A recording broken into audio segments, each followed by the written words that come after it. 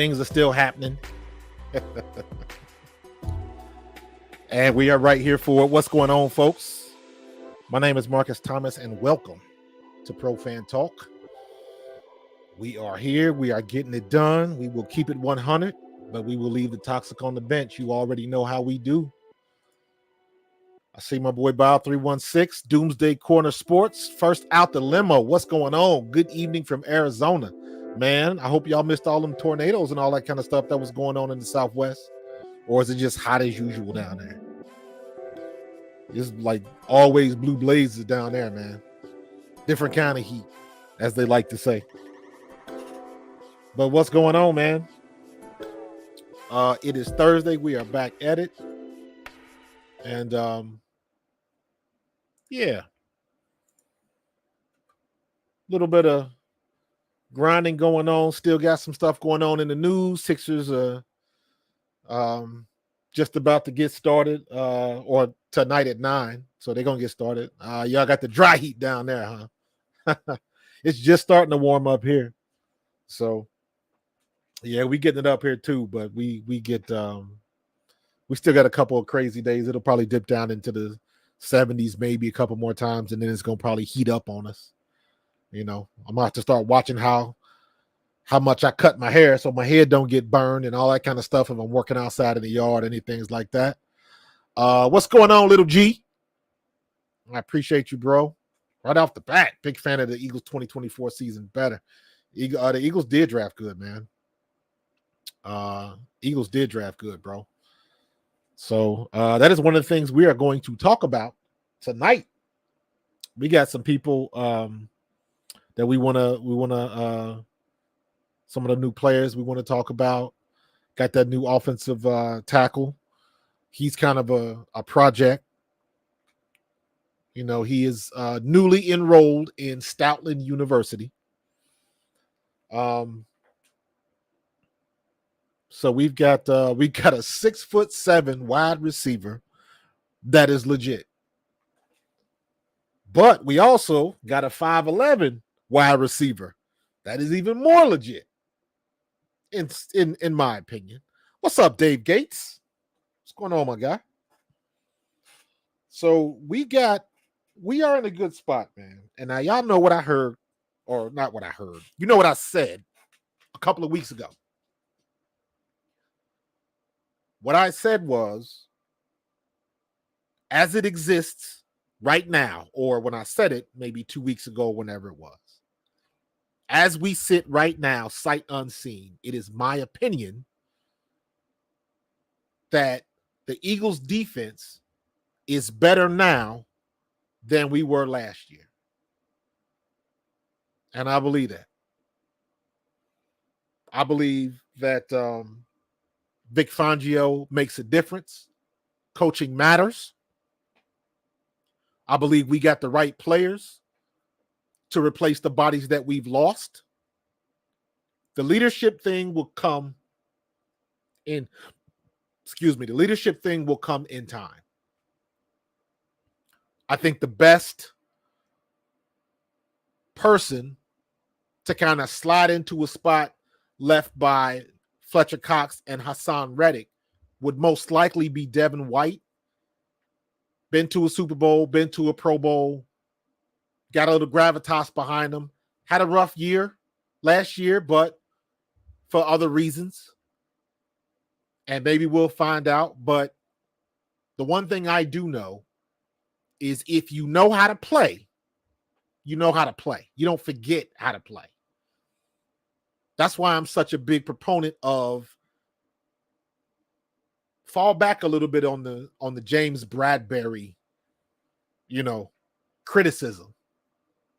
I mean, and let me preface this by saying it is valid.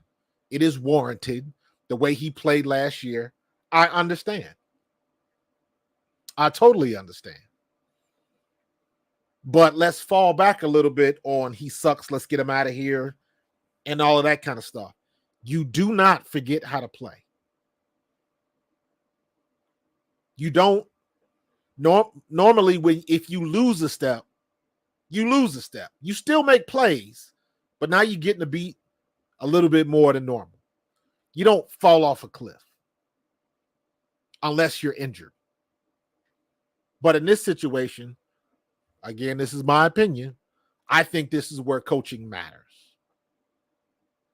I think this is where when you get somebody new in the building and everybody's on the same page, because it is very clear to me that was not the case last season. For whatever reason, everybody in that coach's room were not on the same page. And y'all know the saying, shit rolls downhill. So if the coaches ain't got it right, if their level of communication is not eye level and everybody's looking in the same direction, you're going to have problems. You don't go into practice every week. You don't work on a game plan and spend the countless hours that they do watching film, studying players, coming up with a game plan and double checking, triple checking, and everything. And then watching everybody else's game film on your opponent coming up this week or a particular player that you have to game plan. You don't go through all of that time and all of that effort to just stink on Sundays. There's a disconnect in there somewhere. So coaching matters because that is the stuff that gets filtered down and it bleeds out through your players on the field. And make no mistake, there are players that will do what they are told to their detriment. There are players, and this is where it's me and Barrett Brooks talked about this, where if you lose faith in your coach, that's when you go out there on the field and you start freelancing stuff. You start making it up. I'm going to get mine. He doesn't know what he's doing. You throw everything out. And I'm like, I'm going to go with what I see and forget the game plan. I'm going to do it my way. That's what happens when you don't have faith in the men calling the plays. The flip side of that nobody thinks about is some people will follow the rules to their detriment, to the team's detriment. And what do I mean by that? There are some guys, just like we can say, you got a guy that'll come in, listen to the coach, yes, sir, no, sir, do what he's asked, not trying to make no waves. He wants to bring his lunch pail to work, get on the field and do what he's got to do. Do his talking on the field. You tell me to rush, you tell me to drop back, I'm going to do it. The problem is when you get yourself in a situation where you know the things that are being called make no sense, or they are not effective, or sometimes coaches can even ignore everything that you have learned on tape during the week, and they go in a different direction, and you get the call to come in, and you're like, what? So sometimes that can happen. And when you get the play call and you know it's wrong, but you execute it anyways. And sometimes they'll call you out on television, on the broadcast. It makes you look bad. But all you did was follow orders. You did what you were supposed to do. So sometimes that can work to your detriment or to a team's detriment. You might be so busy trying to protect what the locker room looks like that the situation gets made worse. So a lot of times, and I mean this, when you see a lot of these media heads, the network stars, everybody that thinks they know what's going on. And now, yes, you can filter that down to content creation, online talent, everything that goes with that. You can factor that in. But at the end of the day, nobody knows. Nobody really knows what's going on. Nobody knows the conversation. What's up, William? nobody really has an understanding of what's really going on in that locker room when the doors are closed. And they kick everybody out and they had a conversations. Or you're in the meeting room, because I've told you guys this before. The meeting rooms is where the meat and potatoes happen. That's where the arguments are. That's where folks get cussed out. That's where players get called on the carpet. Coaches get called on the carpet. It all happens in the meeting rooms, not the locker room. If it's happening in the locker room, it's already too late. It's done already exploded. Somebody done dropped the grenade and pulled the pin. It's going to beat up everybody. And you got to be careful because teams nowadays, this is just the landscape of the land. Teams leak the information. They leak it. So what do you do? Because think about it like this. What happens if someone throws a bomb at your house? What happens if somebody throws a grenade at your house? I'm standing outside on the street and someone throws a grenade at your house. That grenade is going to blow up and probably destroy or ruin some of your house. Now, if you take that same grenade and you throw it inside the house, everything on the inside is getting destroyed, even though the outside might look okay. You might see some bumps and bruises, some broken windows, but from the outside, it's not going to look that bad. But when you go inside and you see the chaos that has been caused and everything, the rot that's been growing and the communication is not there, that's the worst situation you can have. When it blows up on the inside, it always does more damage. The outside is the stuff that's going on in the media. We saw what happened with A.J. Brown, and they did all of that kind of stuff. It started way back in September with the Diva incident. We were up by like two scores on the Vikings, and he was, having a very intense conversation. I'm assuming he wanted the ball. Nobody really knows what he was talking about. They just assume. Then the morning and the evening and the next day, and the press just ran with it. He's a diva. He's this, that, and the other. Now we got a problem. Folks was calling him AJ Owens and all of this nonsense. And I'm like, and I said it way back then. That stuff happens on every sideline, on every team, every week. But because it was A.J. Brown in Philadelphia, and the people up here lost their mind. That was in September. What happened after that? Nothing. He only went on the greatest 5-game run by a wide receiver in NFL history. And I'll say this again. If that is what a diva is, yes, please, may I have another. Don't get it twisted. Don't mistake somebody wanting the ball on the field or knowing you are the game changer. Yes, he wants the ball. He should want the ball. He's the game changer. So, but people, the press got that and they ran with it.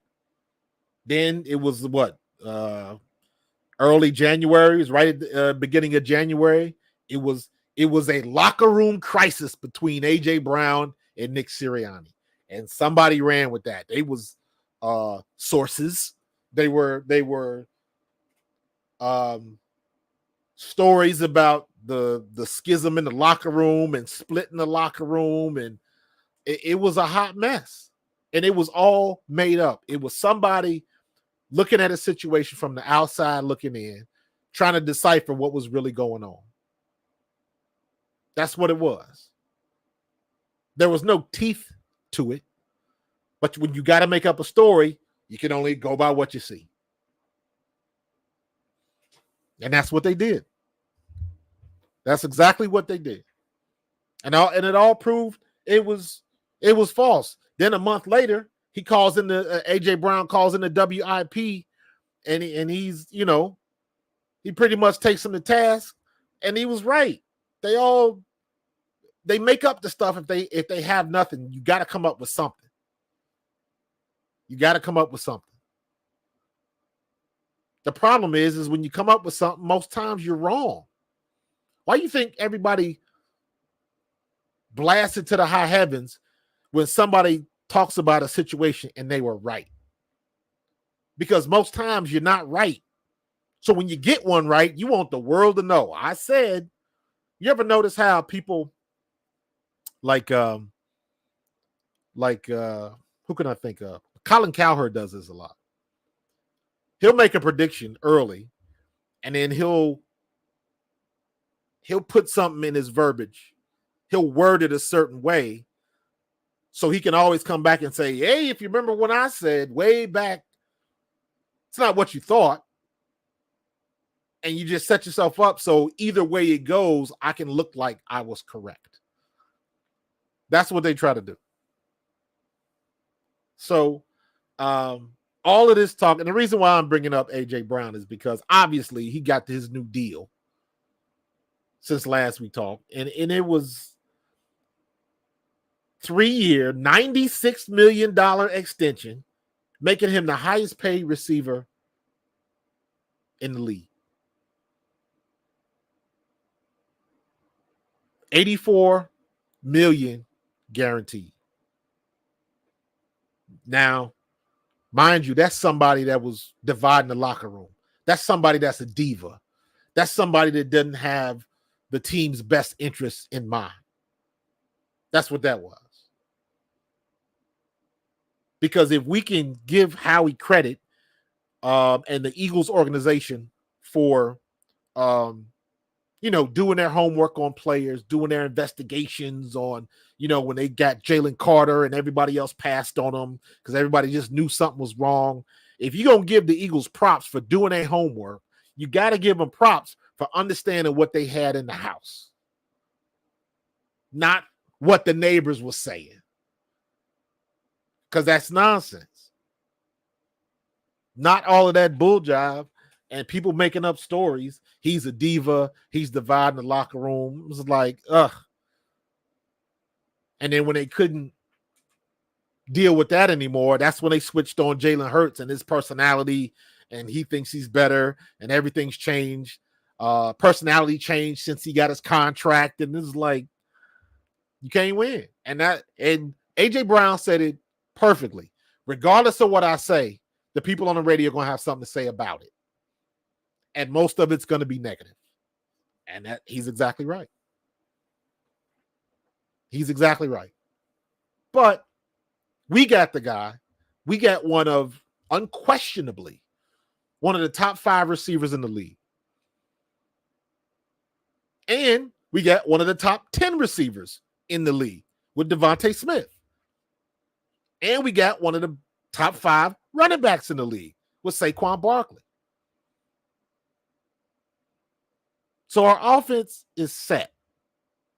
And I don't want to hear, and we are. This is just me spitballing. But I hate when somebody eventually it's going to come out and somebody's just going to bitch about something. AJ's going to say something else and people are going to have a problem with that. And it's not going to stop. And it's like, come on, y'all. Y'all got to be better than this. But, people they're going to roll with it how they want to roll with it. It's all good. But all I know is you don't sign somebody to that type money if he's a problem in your house. Remember when you was little? Well, when I was little, back then we were still going outside to play. And you would always have to ask your mom, hey, can such and such come in and we could go play in the basement? And sometimes my mom would say, no, I don't like what that kid does in my house. He tries to talk slick, or everybody had that friend that was always talking slick to their parents and they came across to your parents some kind of way and your folks had to set down the law. Like, nah, don't bring him in my house no more. Because they know. You understand what's coming in there and you let the right people in your house. The Eagles have the right dudes in their house. And you know it because they paid them. You're not going to bring somebody in your organization that is the grenade on the inside. You're not going to do that. You're not going to do that. 100%, William. 100%. All right, hold tight. Because I got a phone call that I have to take. Hold tight. I'm going to mute it.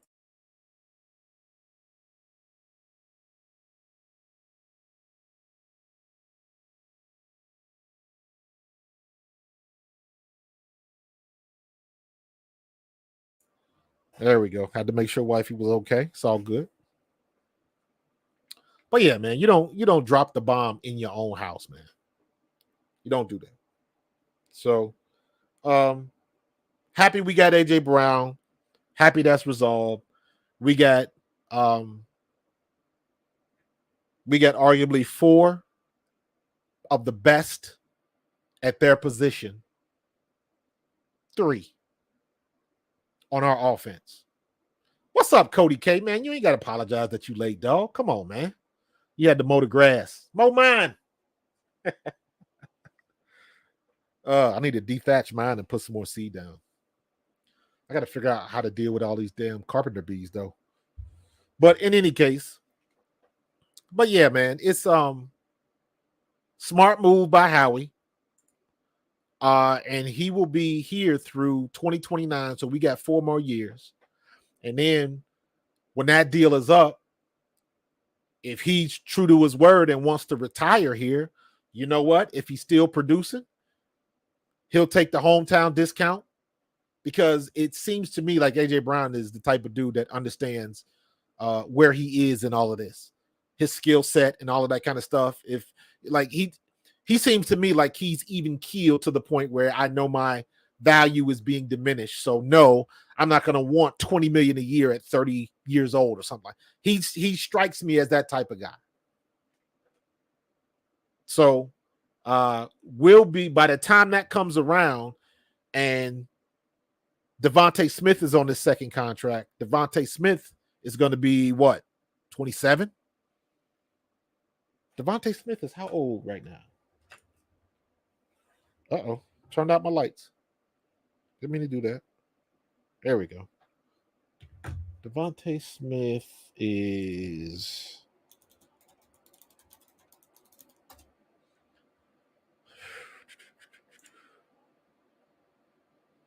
That's the wrong Devontae Smith. That's the first time I looked for Devontae Smith and it brought up an MMA fighter. Devontae Smith is 25. So that means he will be, his birthday is in November. So that means this time in 2029, he will be, or 2028, he'll be 29. So AJ will be a little over 30, and Devontae will be like 29, going on 30. His birthday is in November. So by that time, once again, we should know. I mean, he got his money. He ain't missing no meals. So Marvin, I think they good enough to win a Super Bowl if they play their cards right. I'm not going to debate that. That's a valid opinion. However, I always think that I don't immediately go Super Bowl. And maybe this is just me as a former player. This is just the way I think. You got to get to the playoffs first. So how I look at it is the Eagles are good enough right now that they should make the playoffs in 2024. That's how I see it. Now, once you get to the playoffs, then you look at the micro. Who's hurt? Is Jalen Hurts playing at a high level? Is Saquon Barkley still with us? Is he playing? Are they giving him the ball? Is the game plan working? How is Devontae doing? And how are the new rookies doing? And what does the defense look like? Is Devin White as advertised? Is Cooper DeJean and Quinyon Mitchell, are they starting and making an impact? All of those questions get answered. And at the end of the year, you make a informed estimation on how far you think they can go in the playoffs. We already knew last year that we didn't see them going far. Now, me personally, I didn't think they was going to lose a damn Tampa Bay. And I'll be the first one. I am a Nick Sirianni fan. I think he is the right dude for the job. I think he made a smart decision on being a CEO coach. But after that game, I was like, yeah, they might need to axe him. I ain't going to lie. Because everybody and their mama knew they was going to blitz. So in practice that week, we should have been on blitz pickup every damn day. I don't know if they did or didn't. It looks like they didn't because we didn't have hot routes and we didn't have none of that. We still running 15 yards down the field and you got a linebacker on the blitz. That's not good game planning. Now, maybe Jalen Hurts may have freelanced a little bit, changed some plays or something like that, but he ain't do that every damn time. Sometimes he was running the play and the plays weren't working. That's coaching, in my opinion. So after that game, I was like, how we lost that game?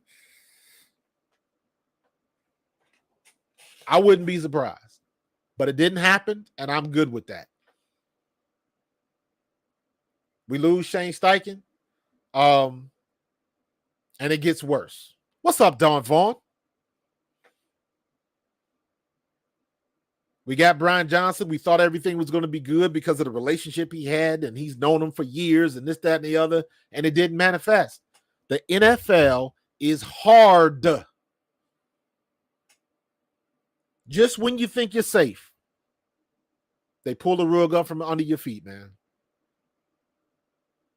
So you got to be ready to go. You got to be ready to rock and roll as a team and be ready to go with what you got. And right now, what we got is looking better and better. And you already know, now the new thing is everybody can't wait to rookie camp. All the cameras are going to be on at rookie camp, and everybody's going to be gaga on every little catch, play, tackle, athletic feat that all these rooks do.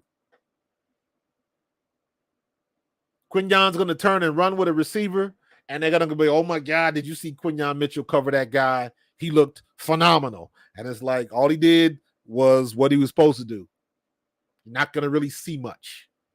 Maybe you'll see some good one-handed catches from the receivers. You know, maybe Johnny Wilson will go up and look like he can dunk with two hands and catch a touchdown in the back corner. Stuff like that you can see. But when you own air, and when you go on one-on-one and don't have the game plan, the structure, and things that you want to do, you take it for what it's worth. You want to see who's got some what kind of skill they have, so you can gauge it, and then you go from there. Man. So,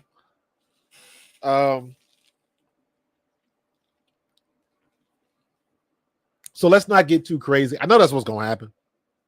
So I already know. So it happens every year. No biggie. But it is what it is. It is what it is, man. So, all right. Let's leave A.J. Brown alone. Glad we got him. We'll keep it moving. Now, the next thing, we haven't been talking about it a lot. At least I haven't heard anything.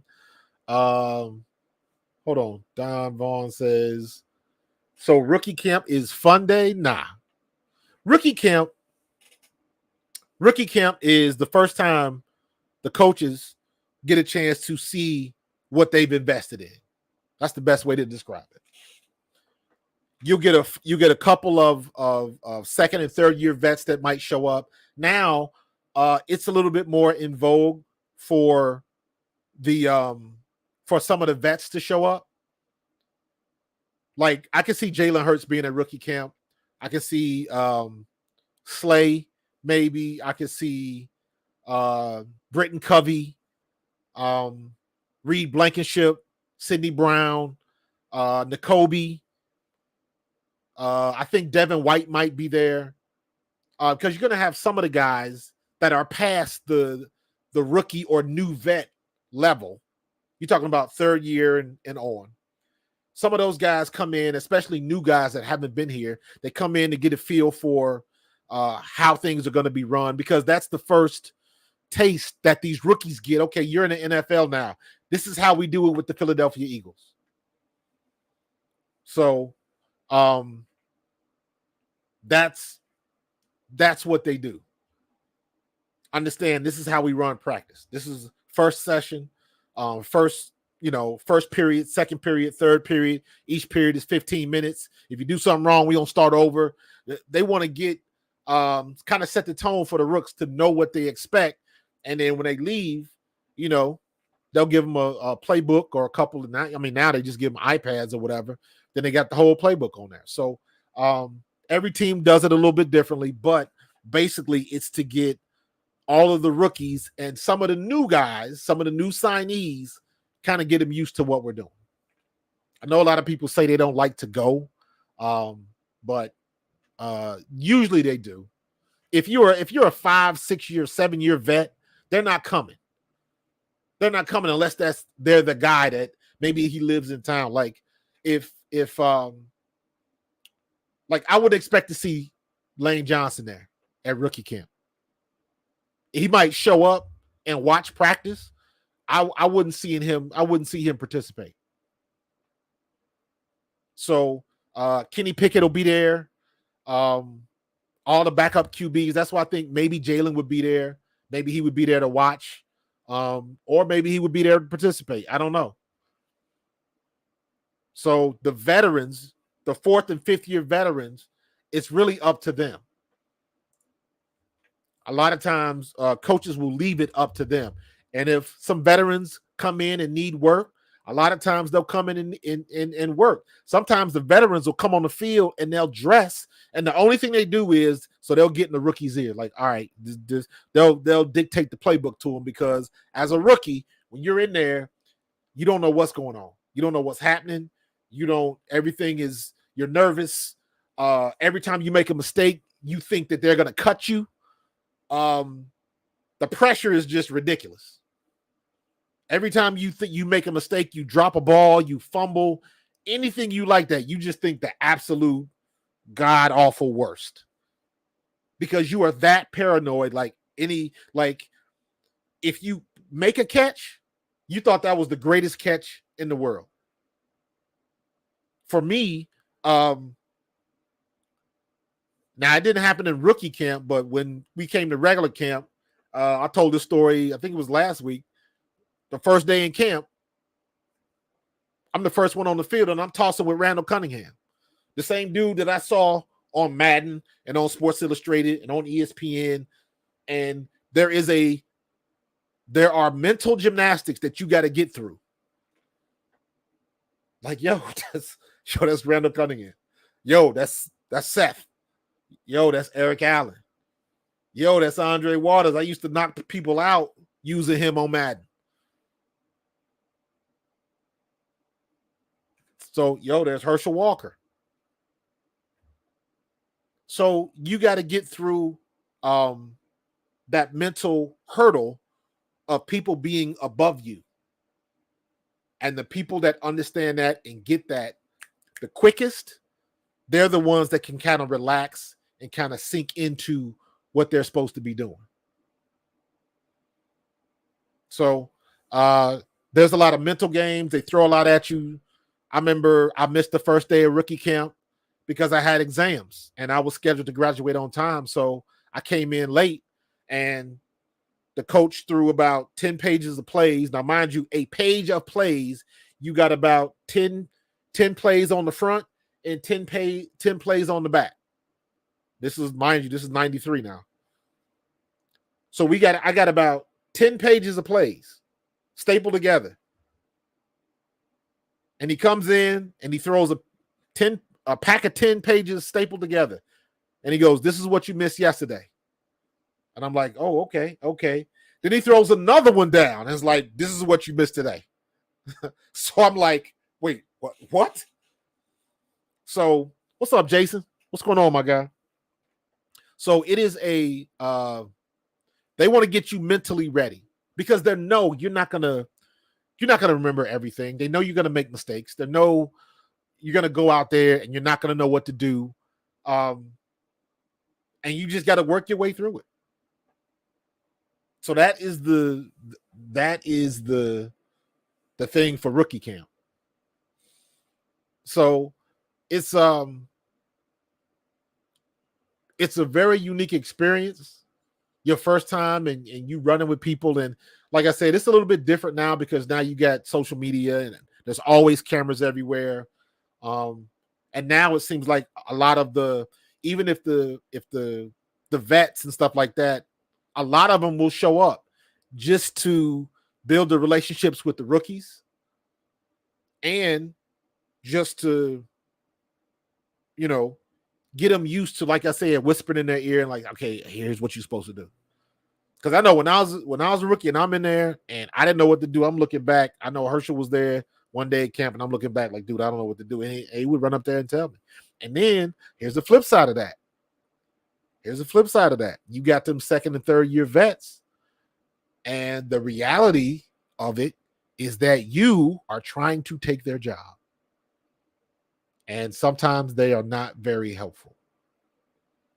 So there are situations where vets will just outright either not help you, or here's what's worse, they'll tell you the wrong thing on purpose. It is that cutthroat. And people will tell you it's very difficult. It's even more difficult even now. But the one thing I try to tell rookies, you are not there to make friends.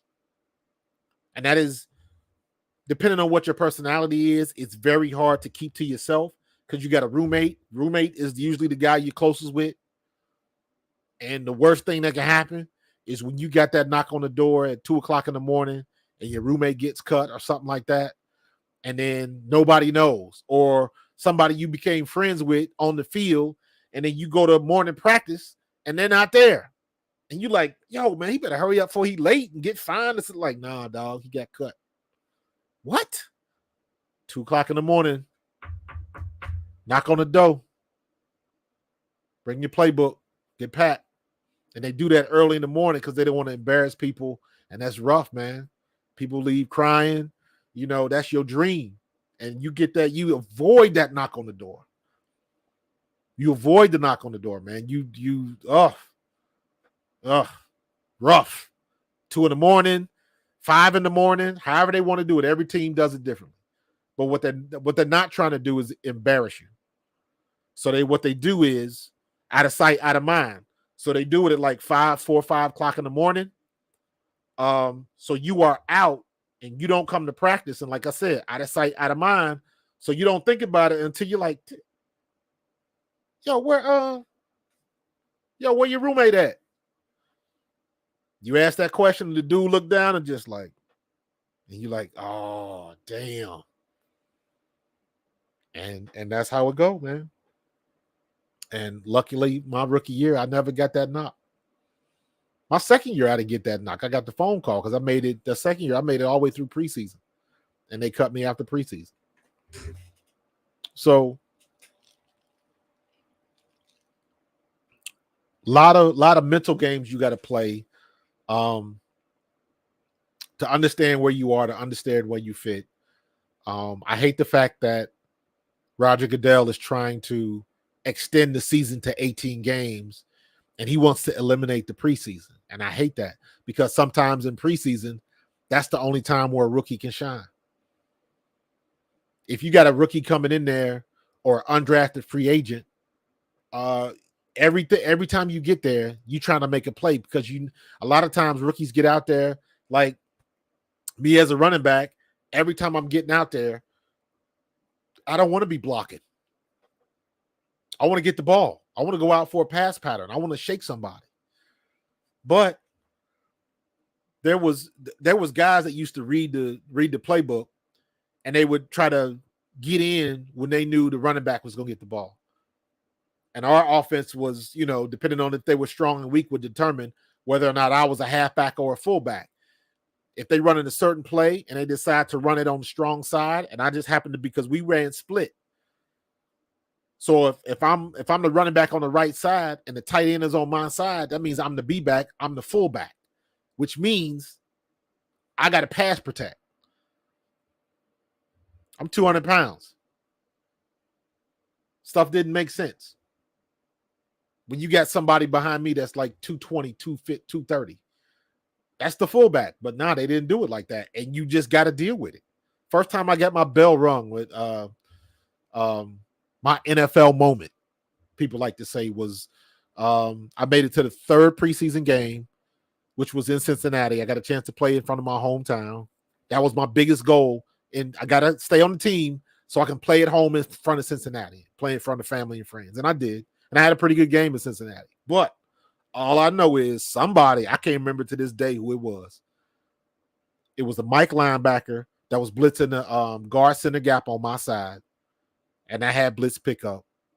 And now, mind you, this dude had to be like 6'3", 252, you know, back when Mike linebackers was big dudes. And all I remember was going down on one knee and ducking my head and just my head ringing. And I think he tried to go over me, and what I'm guessing is his knee just crashed into the top of my helmet, and immediately I heard the bong, and my fingertips was tingling and all that kind of stuff. It was, and lit me up. He ain't get the sack though. It looked good on film because I went down on one knee and he basically tripped over me.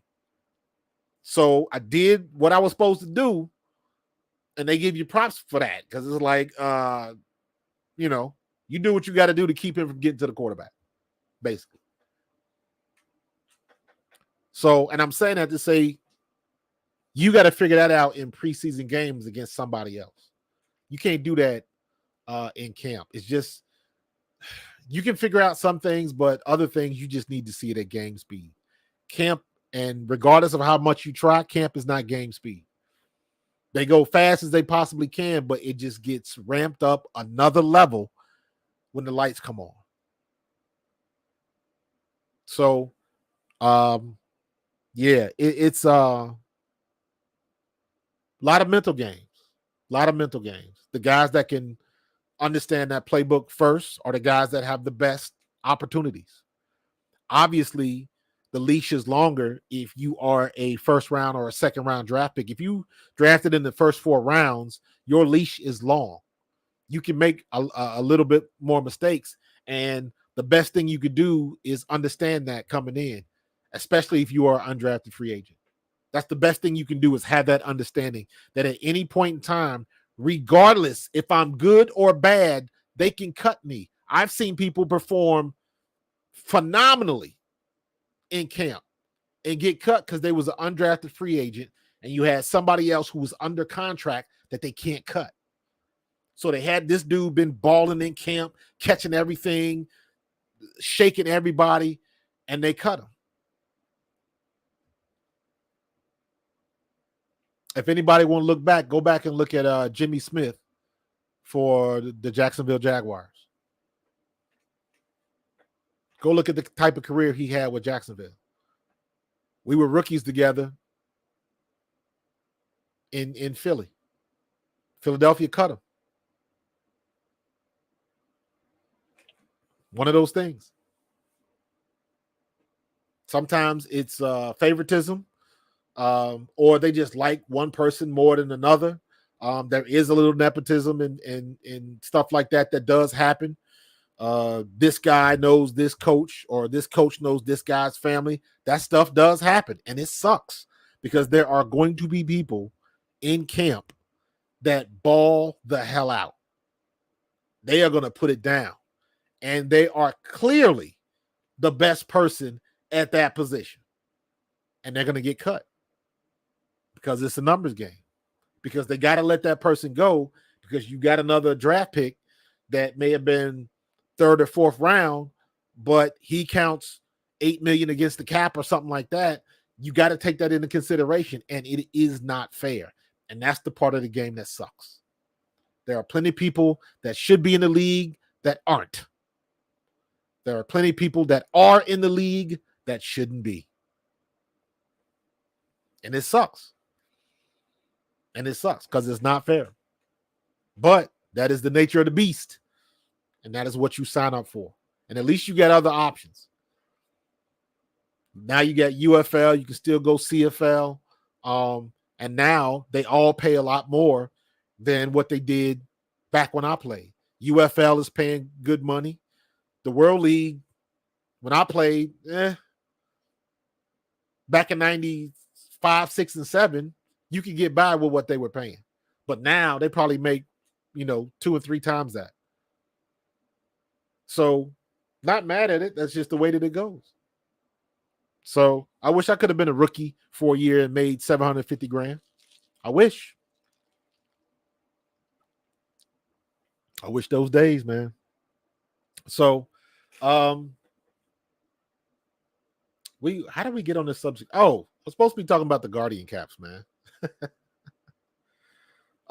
Yeah, Cody K. I want to see preseason too, man. I want to see preseason too. Because now vets don't play. This is a preseason league. The vets don't play in preseason. Jalen Hurts might get in there and run one series, and then that's it. They're not risking that. They're not risking that. And it will happen. If not next year, the year after, the league is going to go to 18 games. They can make a lot more money off of it. And that's just what they want to do. That's just what they want to do. So it's going to happen. The Guardian caps, though, I remember back in the day when Don Beebe used to wear that padded, fitted cap over his helmet because he had that real bad concussion that one time. And that was just, it looked like the helmet. It just looked like the helmet was blown up. Go back and look that up. Go Google Don Beebe padded helmet, and you'll see what I'm talking about. It looked a little funny, but it's a lot better than what these Guardian helmets look like now. And now these Guardian helmets, they can wear those in the game. Now I'm wondering what they're going to do as far as the logos and all of that kind of stuff, because that's going to, we talking about the league that'll fine you if you ain't wearing your socks the right way. And now you're trying to tell me it's okay for them to wear a Guardian cap? That's going to be the ugliest thing. They got to have some type of different design, or maybe a thinner. They got to do something, because that's going to look horrible. That's going to look horrible. What are you saying, Dave? So I am overall happy with the draft. I'm still concerned at linebacker. Do you think that Howie and crew are looking to add 1 or 2 more from teams that had to cut post June 1st? That's going to happen, Dave. Absolutely. And the one thing you got to remember, we still got a long way before a real training camp starts. There's still going to be some moves that are going to be made. People are going to get cut, and there's still going to be some wheeling and dealing. Heck, you saw the other day, we cut 4 people right after the draft. So they got to make room. People are going to get hurt. There's always stuff that can happen. And it wouldn't be surprising I would think that we could probably bring 1 more vet, maybe like a 4th or a 5th year linebacker as a backup. I wish we could have kept Kaiser White, to be honest with you. I liked him. Zach Cunningham, a lot of people could have, love him or hate him, but I liked him. Nicholas Moreau, I just didn't think he was good last year. And kind of didn't want to be here. But I absolutely do. I think we can get another one. And that's the situation when you sign to somebody, you want to bring somebody in. You want to bring one of these vets in that maybe got cut, and he's got like maybe 3-4 years of experience with another team, because you want somebody that you can plug and play. You want somebody that can come in, and if they got to play the next week, they got experience doing that. What's up? Bet on yourself. What's going on, man?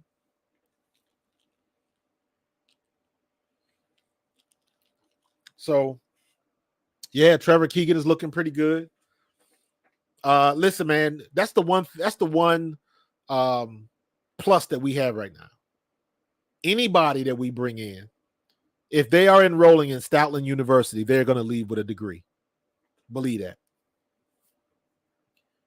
We have that always up our sleeve. As long as he is here, anybody that we get on the offensive line is going to be better and going to get better.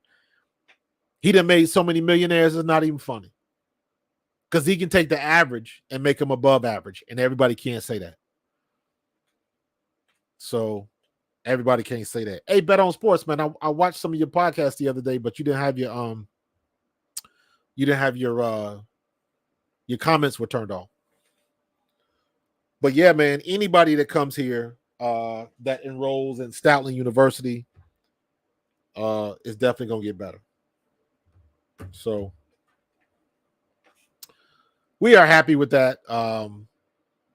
Yeah, Becton, man.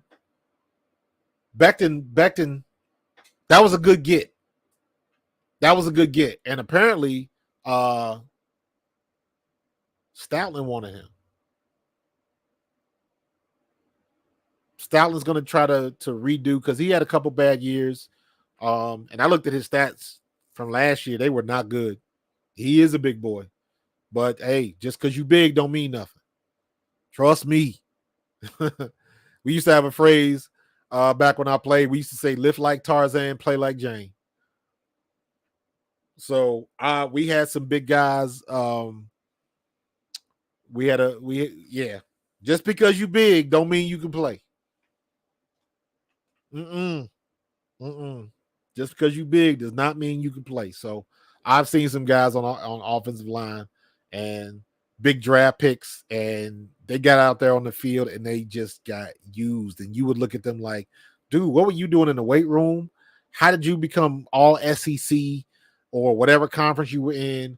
Like, how did you make it this far? Because you are hot garbage. It was, so all I'm saying is, if anybody can fix him, Jeff Stoutland can fix him. Because his stats last year were not good. He gave up like 12 sacks over the course of the year, like 44 hurries or something like that. Like, just like his stats were not good at all, man. So, like I said, when coaching matters. Coaching matters. When you get with the right coach, they can say the right thing. And for whatever reason, coaches are like teachers. Everybody knows that they had that one teacher in high school or in grade school that for whatever reason, the way he or she would talk to you, it clicked. Coaches are the same way. You can get a coach. The guy can have all the talent in the world, but if we get the wrong coach, you're not going to get that potential out of him. But you get with the right coach and they say the right thing the right way. And for you, it clicks. That's what Jeff Stoutland is with almost everybody he's had come in here. So, yeah, I'm good with that. Jordan Davis is faster than Trotter Jr. Nah. Don't believe that. Because you got, I think Jordan Davis ran like a 4.7. High 4.6 or 4.7, and I think Jeremiah Trotter is like a 4.5 guy. I could be wrong, but Trotter's gonna be fine. Like, the one thing people forget about Trotter, man, like, don't forget who his dad is. And what I mean by that is like, you just don't inherit that talent by osmosis. You got DNA, but his football IQ is high. Let me just say it like that. Because you already know,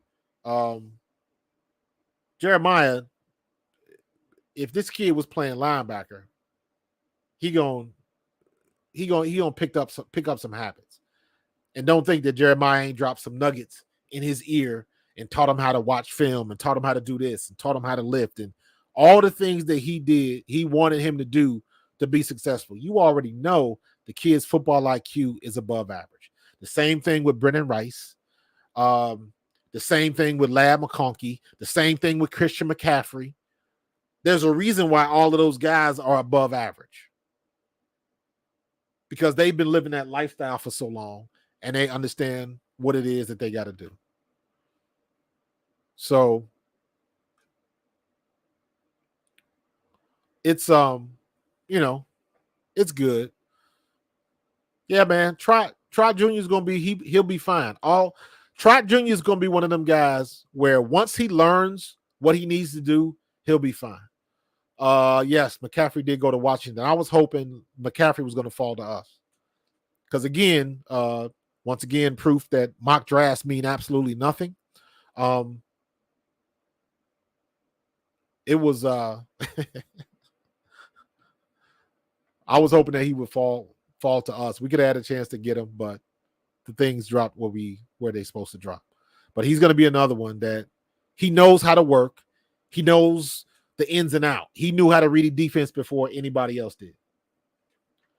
So, you're going to have that with you so far. So, yeah, they athletic freaks. They know how to work. They work hard. Yeah, it's not Christian look at his dad, and Luke is looking at Christian. So it gets passed down. You don't think that he didn't work out with his brother? Or you don't think Christian didn't have him in the weight room and telling him what to do? All of that kind of stuff, man. They pass it down. Same thing with it wasn't Luke. I think I said Luke McConkey. Lad McConkey is the same way. His dad played in the league. His football IQ is going to be high as well. So there's some things that can happen, man. But tell you what, real quick, what I'm going to do is I am going to take a break for about 30 seconds. All right. I'm going to be back in 30 seconds. I'll be right back.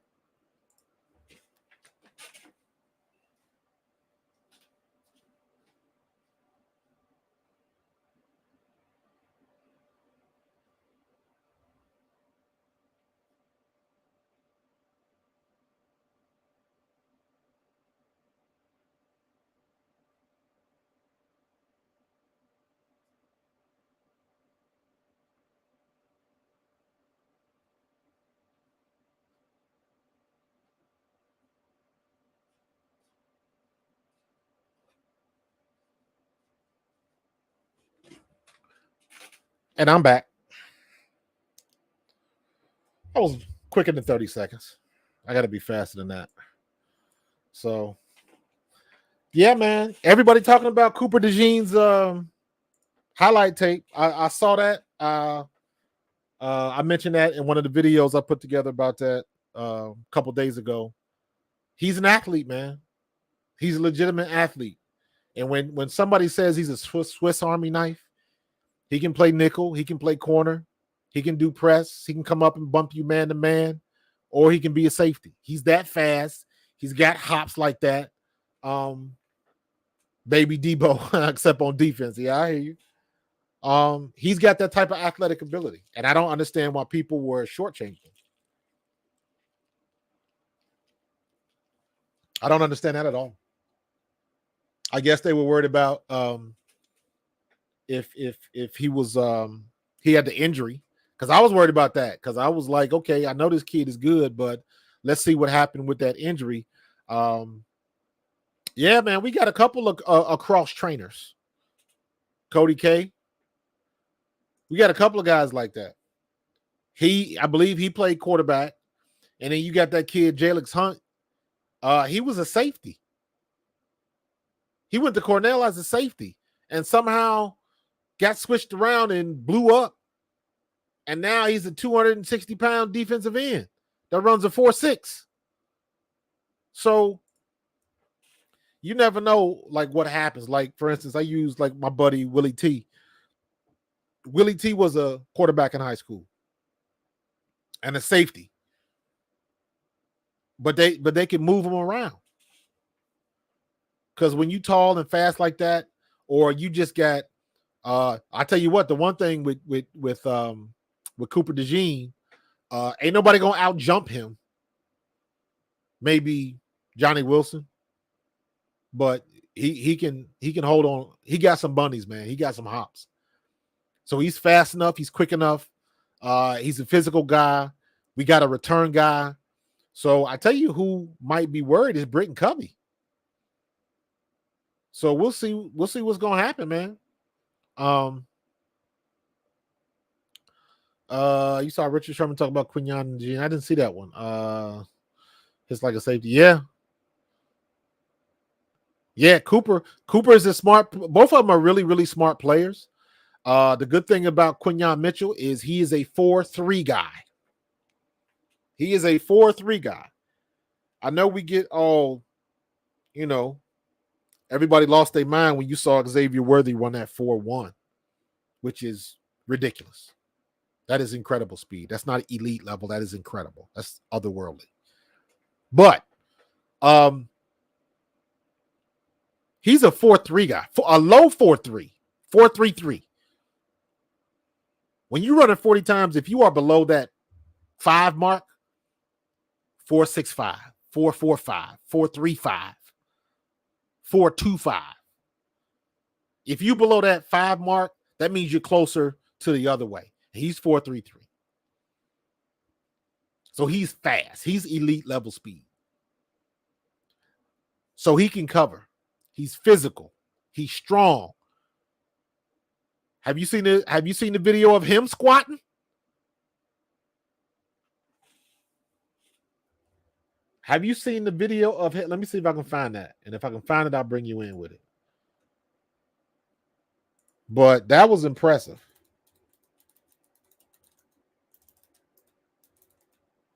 Let me see. Yep. Man, it's kind of yeah. Hold on. We'll pass it. I'm not gonna go live, so I don't play the video. But you can see that 505 on the rack, and he's a DB. Oh, we good with that. We good with that. So, the best thing about Quinyon, man, is at least from what everybody has been saying, is his character. They're saying his character. He had many offers to go to Alabama, and other schools were trying to get him with that NIL because they thought that much of him. If Nick Saban is trying to get you, you a baller. He turned it down so he could stay at Toledo. How you turn down Alabama for Toledo and all the NIL money he would have had at Alabama, this, that, and the other. He turned it down so he could stay with his people. I like that. Respect on that note. So you also got somebody that's going to be a good leader. That's a good leader right there. That's a good leader right there. So I like the fact that he's got some intangibles that we can go after because we've got spots to fill in the leadership area. So we got some people we got to replace when it comes to leadership. And I think he's one of those guys. Cooper DeJean probably is too. I don't know how boisterous or is one talkative, is one the next version of CJ Gardner-Johnson. I don't know. It doesn't seem like it to me, but we'll see when they get on the field because sometimes that can be deceiving because you never know how these things are going to play out. The cream will rise to the top. It always does. And when you're in a locker room, people have a funny way of just the leaders in the locker room. It happens naturally. That's the best way I can describe it. It happens naturally. So if you're a natural born leader, it's going to come out. So, yeah, Saban told him he had $1 million waiting on him. He said, nope. Yeah, man, I saw that. And props to him and for cashing in on his conviction and his talent, man. So you don't see that anymore. So, yeah, CJ Gardner-Johnson's bulked up. Apparently, Devontae Smith is bulked up a little bit too. So we'll see how that goes. As long as he didn't lose his speed, he can bulk up a little bit. As long as he doesn't lose his speed, I'm good with it. So, we'll see how that turns out, man. The big thing is like when we come for camp and stuff like that, man. How is it going to look with how they going to set the tone in camp? That's what I want to see. Oh, real quick, I wanted to show y'all this. I forgot I had the picture of it. These are the Guardian caps. So this is what they're wearing now. It's got to be a different version of this, because that looks way too stupid to let them wear that during the season. So it's gonna have to be a dumbed down variation of this, because I just don't see any way that they let them play with that, with the Velcro straps and all. They got to come up with a better way to do it. So I'm just going to assume that exists. And then of course, this was Don Beebe's helmet, because you can see the cap on it and all of that kind of stuff. So that was, I remember when I believe he went up for a pass and somebody took his feet and he landed on his helmet and got a bad concussion. So when he came back, he was wearing that padded helmet. So that was the first Guardian helmet in the NFL. So if they can come up with something like that, it might work.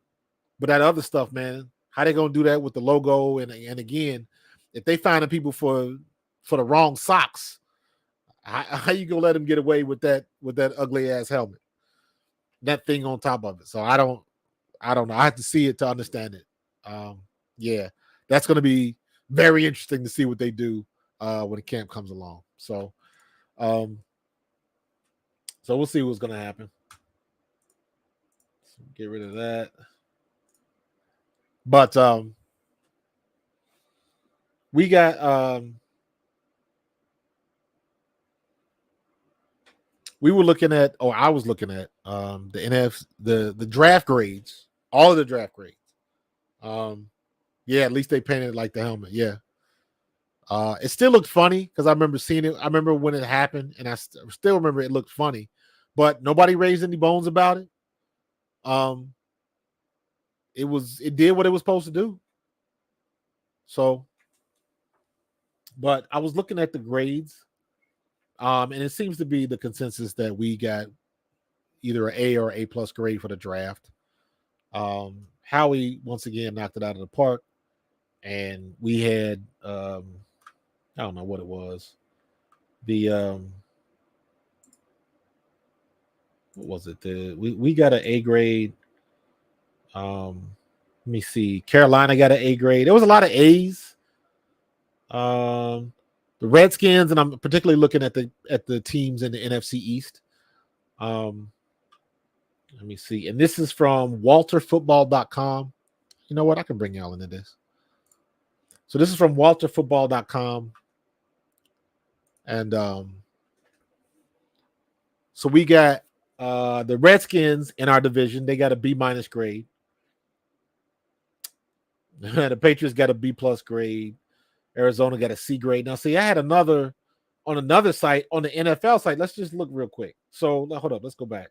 So this is Walter Football. I've never been on his website, but they were talking about it, so I figured I would check it out. So Carolina Panthers got an A grade. Now let's switch to the NFL. NFL.com gives Carolina Panthers a B.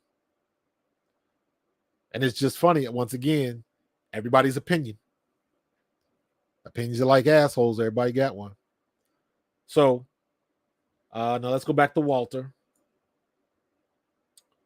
Let's see.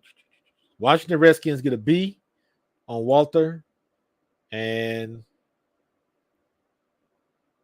where'd it go?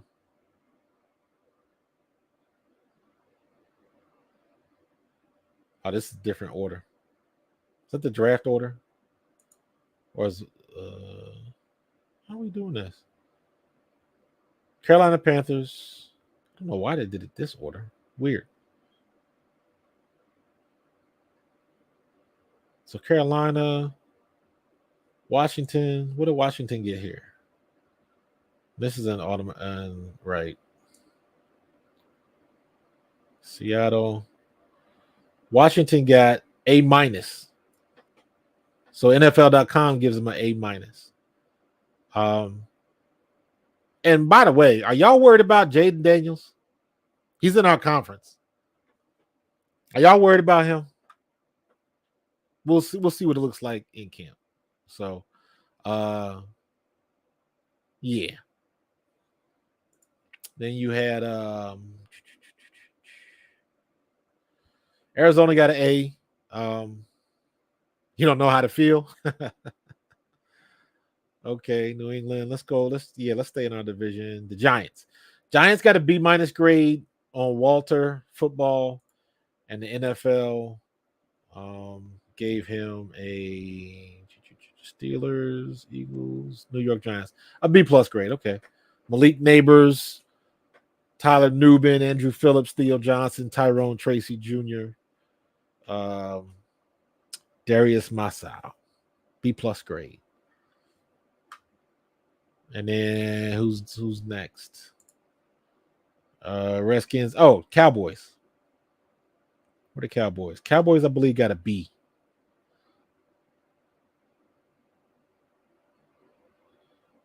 New England. Let me see. Seattle, Cincinnati. I don't know where they at. Pittsburgh got an A. Dolphins got a B. We got an A+ on Walter.com. We'll come back to that in a minute. Dallas Cowboys got an A- grade on Walter Football and on NFL.com. Dallas Cowboys also got an A-. So Cooper BB. I wonder if he's related to Don BB. Cooper BB. Interesting. Tyler Guyton. Tyler Guyton is who I thought the Eagles would draft. So, didn't work out, but it worked out for us for the better. And then we got our offensive line. The players we got, what is it? Trevor Keegan. That kid's might be still. We got a couple of diamonds in the roughs, in my opinion. Some guys that eventually are going to pay dividends for us. And I think we are ahead of the curve when it comes to that. And Howie's not getting enough credit for that. You know what I'm saying? So let me see. They had a page that had all of the draft picks listed. Dylan McMahon, he's another one. Dang it. They probably changed it up. But they had a page that had all of the draft picks. Dang it. I wish they still had that. Wait a minute. Draft Central. Let's see. Nope. Oh. Here we go. That's what I'm looking for. Draft Central. So I think I can bring y'all back into this.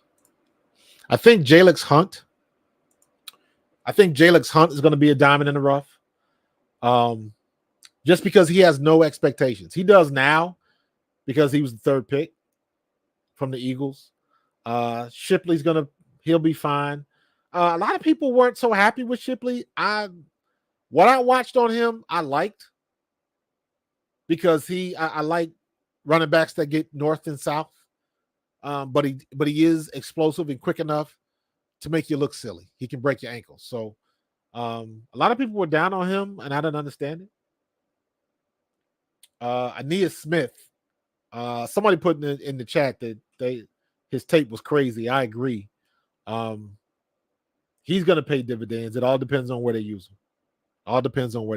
But it's good to be in a situation where you don't know where the threat is coming from. That's the best situation to be in. You don't know where the threat is coming from. Who do you focus in on? AJ, Devontae, Dallas, Saquon? Because don't forget, Saquon's a receiver too. So we can overload that line of scrimmage in an empty formation. Somebody got to cover Saquon. And if we catch him in the right defense, he goes out as a slot receiver, and that linebacker's got to move over with him. That's bad for business. That's bad for business. And we got to be able to take advantage of that. And for whatever reason, the last couple of years, we just didn't. Yeah. Shipley's got hops, Aeneas. They all got them. Johnny Wilson, all of them, man. This is a very good class. And to your point, Trevor Keegan, a lot of people had Trevor Keegan higher on their boards. So when all of this, Howie, the players are just falling to Howie, like all these other teams had an opportunity to draft them, but they didn't. And we got them. That's called doing your homework, doing the film study. So we got some people out of this group, out of these 9 players right here on the I'm thinking Jalix Hunt. Now let's take Quinyon Mitchell and Cooper DeJean out because their expectations are there. They're not going anywhere. Cody K, 100%. 100%. He is going to be, depending on what they do and how they use them, they got to make sure they use the kid, man. I hate to see when you get talent like that and they sit them on the bench. And it's like, man, when you got somebody like that, use them. Stop. Find a way to use them. If you don't know the offense, give them one job. Give them one job. What's up, Michael Bird? I appreciate that, bro. Appreciate that, my guy. So you gotta know which guys are gonna be able to come in and make an impact and pay dividends right off the bat. And because of that, it is going to be extremely important for Nick Sirianni to set the mood that we are going to have a physical team. Vic Fangio has got to set the mood that we're going to have a physical defense. You got to set that tone from day one of camp. Rookie camp, you're not doing too much. You're just trying to figure out what you got in the door. But when regular camp starts out, man, you got to get it. Yo, Burr. Burr is in the building, y'all. So we gotta be able to figure that out. We got to be able to set the tone because I do not want the defense looking anything like it looked last year. And I do believe Vic Fangio is not going to let that happen. All them people down there in Miami that was bitch moaning, complaining that he left, kicking rocks and all of that kind of nonsense they was doing on social media. And I'm like, y'all do realize that he had y'all as a top 10 defense. Now, we'll see what happens this year. Because if you got a dip, whose fault is that? Y'all wanted him gone. Apparently, y'all didn't like him, and Jalen Ramsey had issues with him because, I kind of agree with Ramsey that he should be following the best receiver they got. But Vic Fangio wanted to stick to the scheme, stick to the game plan. I understand that. I respect that. Stick to the game plan. So all these guys, though, Shipley, Aeneas, Jeremiah Trotter, Trevor Keegan, Johnny Wilson, Dylan McMahon. The only person that might have to wait a little bit is McMahon because Cam Jurgens ain't going nowhere. But you know how it is on the offense, especially in the trenches. Let's hope that Lane Johnson, knock wood, can be hamstring free this year. Now, he's been, with the exception of that issue, hasn't had anything crazy, and he's been able to play through that. But let's hope we don't even have to get into that situation. But if we do, and we still have arguably the best offensive line in the league, but these are some guys that can fill in the spots. These are the guys that can fill in the spaces, man. So they have got some big shoes to fill. I think Trot will work out fine. I just think Trot has a maturity about him because of who his dad was. You learn some things, I'm telling you. And everybody's not like that. Everybody's not like that. You can have a confidence and not be conceited. You just know when you get on the, when it's your time to shine, when you get on the field, you're gonna let everybody know that I'm the real deal. I'll tell you a fun story. I am from Cincinnati, Ohio, born and raised. I hung out with a little bit with Ken Griffey Jr. Knew his little brother pretty well.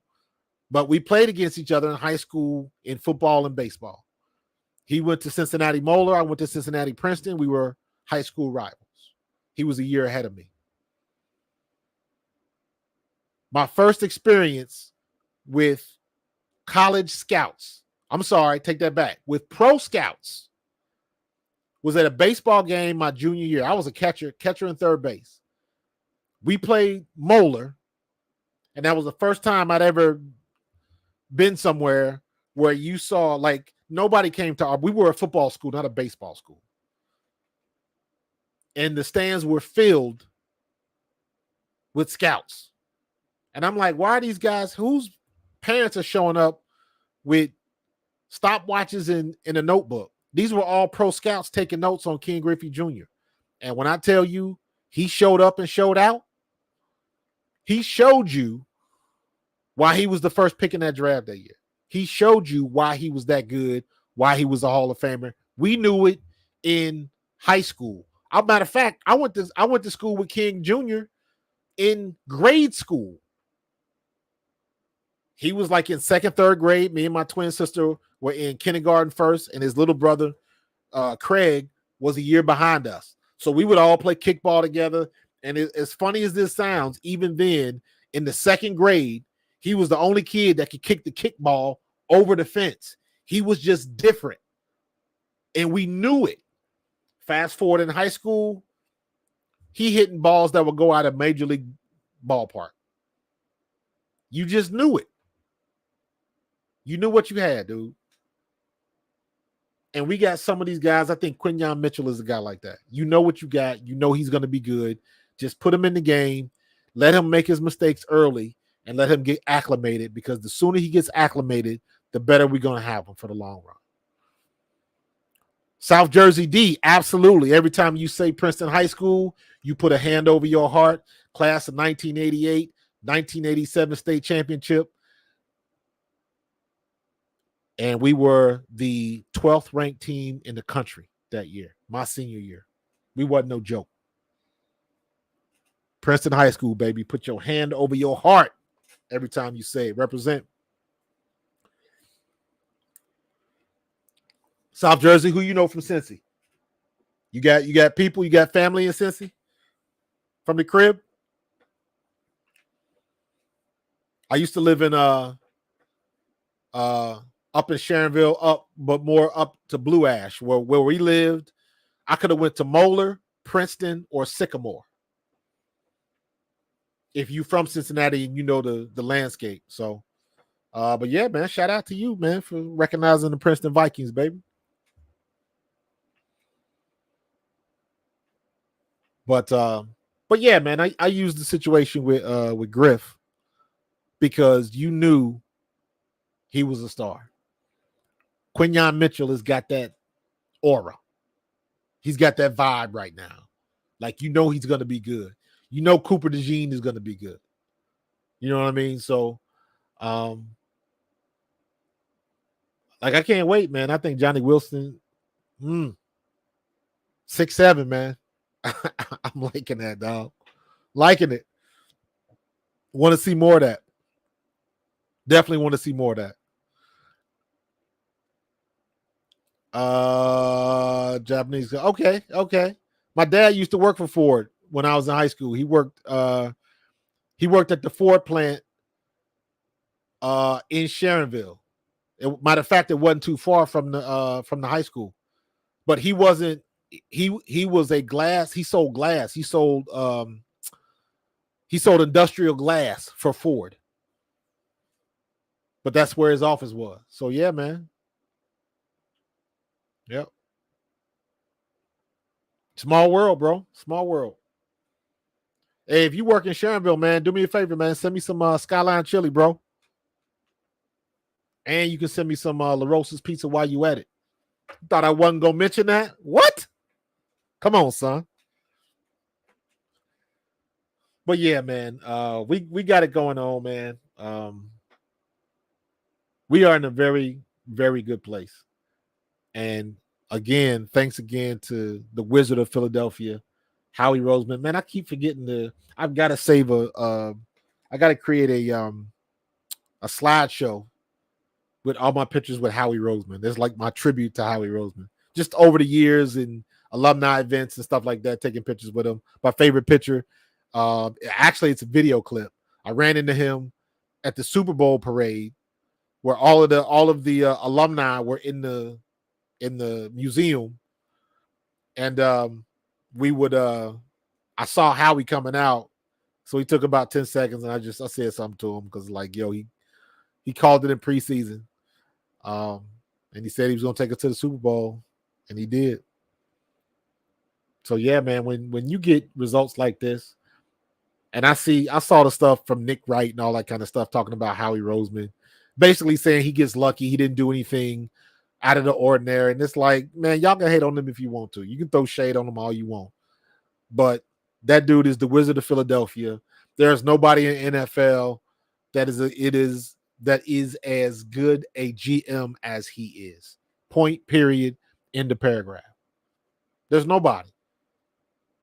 All these other teams had opportunities to draft these players. There was other teams that had an opportunity to get Quinyon Mitchell or Terrion Arnold or Cooper DeJean if they really wanted them, but they didn't for need, or they thought they had a better option. But for us, we got the two best to fill our needs. Not one, but two. And both of those, Cooper DeJean and Quinyon Mitchell, depending on who you talk to, both were the best pick at DB. You can throw Terrion Arnold in there as well. It was a three-way race to see who the best was. So when you get one of those three, when you get two of those three, and you don't give up nothing for it, we didn't have to move up from Quinyon. We ended up giving up 50 and 53 to go up to 40. And then we got those picks back from him wheeling and dealing. And then you get Aeneas Smith. You get Shipley in the fourth, Aeneas Smith, Jeremiah Trotter, Trevor Keegan, all in the fifth. Every one of those players, Aeneas Smith, Jeremiah Trotter Jr., Trevor Keegan, all of them had higher draft grades. If everybody was to get drafted where they were supposed to get drafted, but it doesn't always work out like that. And every one of these guys, even Johnny Wilson, had a higher draft grade. So we getting steals all across the board. We getting, it's like going to ShopRite and catching that sale. You get that bag of apples for, $1.99 when they normally $5, whatever it is. So how he keeps doing it the last like 3-4 years. He keeps doing it. Oh, you went to Central State? Okay. Oh, you in Detroit? Missing home. You from Atco, New Jersey. Okay. I got you. That's what's up, man. ShopRite can.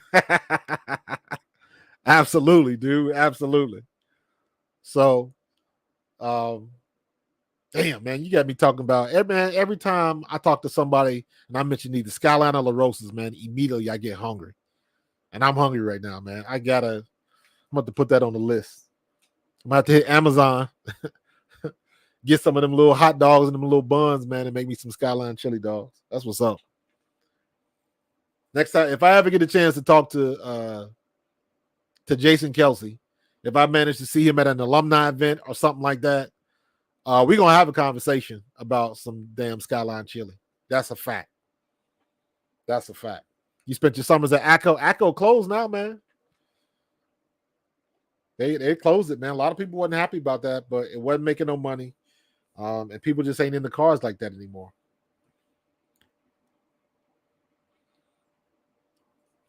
It was a sad day when they closed that because a lot of people still wanted to go there, but just they weren't making no money. The only people that showed up were the people that were driving. So it wasn't people paying to come watch or anything like that. So yeah, it was a lot of people were upset about that. So English Town is closed. So yeah. Yep. Just a different time, man. Different time. You got too many options out there, too many distractions. So yeah. But yeah, man, it's we doing good in the neighborhood, man, over here.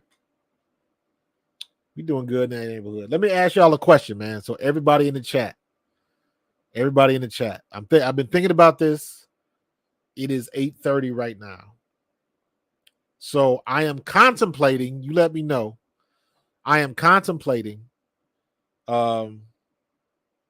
moving my Thursday slot to 9 p.m. Let me know what you think about that if you're still in the chat. Just put a thumbs up or a thumbs down. I'm thinking about moving this show, just moving it back to 9 p.m. And the reason why is because I still want to make room for the West Coast.